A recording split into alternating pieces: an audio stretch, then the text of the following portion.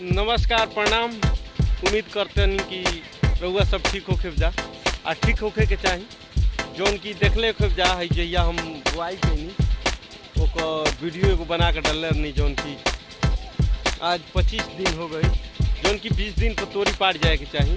और आज हम देखिए हम देखा सकिले ऐसे आज हम मशीन गड़बड़ी के कारण से आज हम 25वां दिन तोरी के पटा रहा हूँ।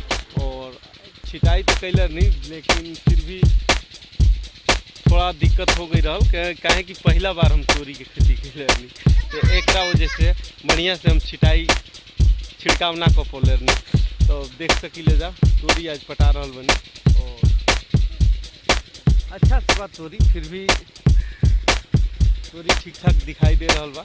और पानी बढ़िया से पटा तनी पटौला के बाद से फिर से देखा तनी कि आज के 10वां दिन कैसे तोरी के रिस्पॉन्स मिल रहा है। तो यही पर वीडियो को हम समाप्त करतनी और प्यार बनाए रखी जा, वीडियो के ज़्यादा से ज़्यादा शेयर करी जा और सब्सक्राइब कर ली जा।